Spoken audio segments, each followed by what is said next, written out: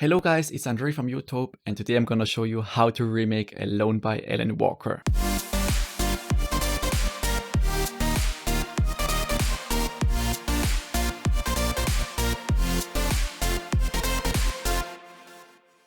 Let's first look into the lead. It starts with this patch.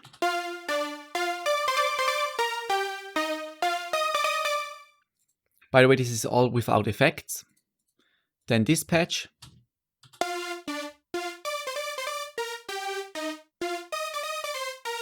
Those two were silent. Then again a silent patch.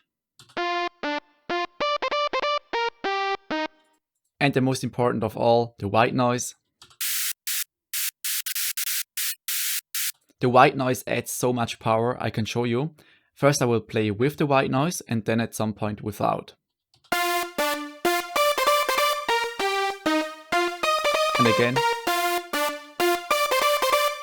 It adds so much. And now let's add the effects. The first one is an OTT, it adds compression. Then a kickstart, this ducks the sound every time the kick comes in. Then some EQ, some delay, and some Valhalla room. And they sound like this together.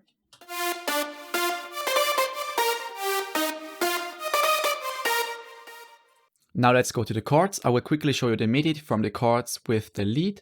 So if you wanna remake it as well, it's like this. It's really important if you remake any sound that you hit the notes perfectly. Like for example, the chords here, that the inversions of the chords are right, like the original, because otherwise you won't really get the sound from the original. And here I made it with silent. It's just one saw wave with a bit of cutoff. And here again with silent, but here it's a square wave, also with cutoff, but some more voices, and it sounds like this. And the third one is a super saw. This really adds the width for the stereo field. Now let's listen to them together without any effects. Now again, let's add some OTT. This adds compression, then some EQ to cut the lows, some delay and some reverb, and a kickstart to duck every time the kick hits again. Now it sounds like this.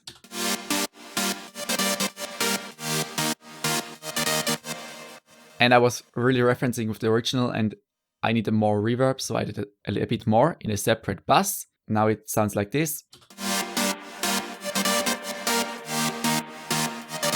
It really has a lot of reverb, so it's really important that you keep the balance right. Because if you have too much reverb, the whole sound gets kind of washy and it sounds a bit unprofessional. But if you have too less reverb, like you have no reverb at all, then it sounds quite dry and not so pleasing to the ear. So it's always difficult to find the balance there.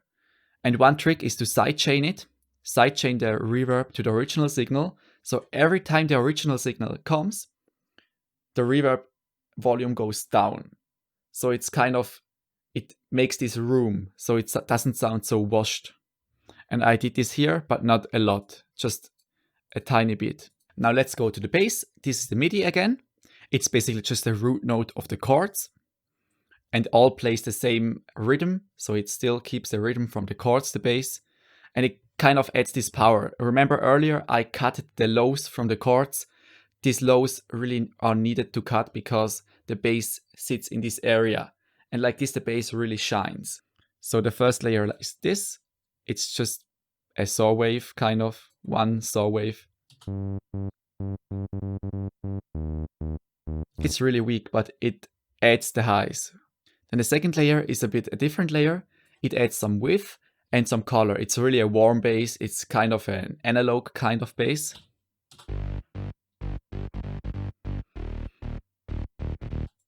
And then I was thinking I needed more highs and different highs, so I added a square wave with 4 unison.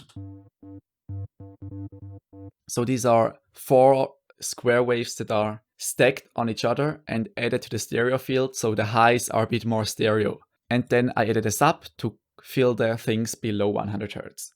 And one thing about layering, it's really important that you always have a purpose for your layers. Like here in the bass, I had a purpose for every layer. The first bass was just to add a bass that's high, but it's mono, it's 100% mono, so it's in the middle. The second bass adds some stereo and some warmth. It's really about the mid part of the bass.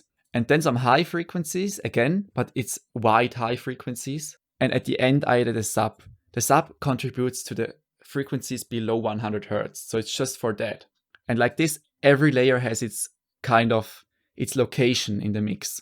And this is really important for you to remember every time you layer something. And now to the effects from the bass. The effects are not so difficult, but the main thing is the Camel Crusher. It adds a lot of compression and saturation. So listen.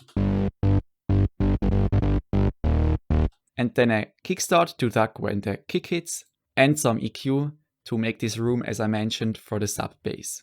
And for the sub, I added also some kickstart. Now the rest is not really interesting, it's just a kick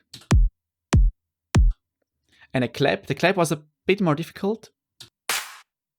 It sounds not very good, so I needed to add some transient shaping and some Valhalla room. And then I boosted the highs a bit. And now it sounds really good. Then I added some shakers and an exhaust.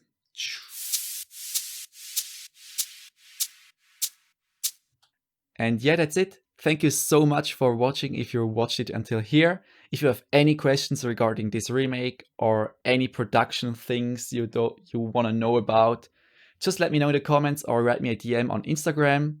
And yes, have a great day. Goodbye.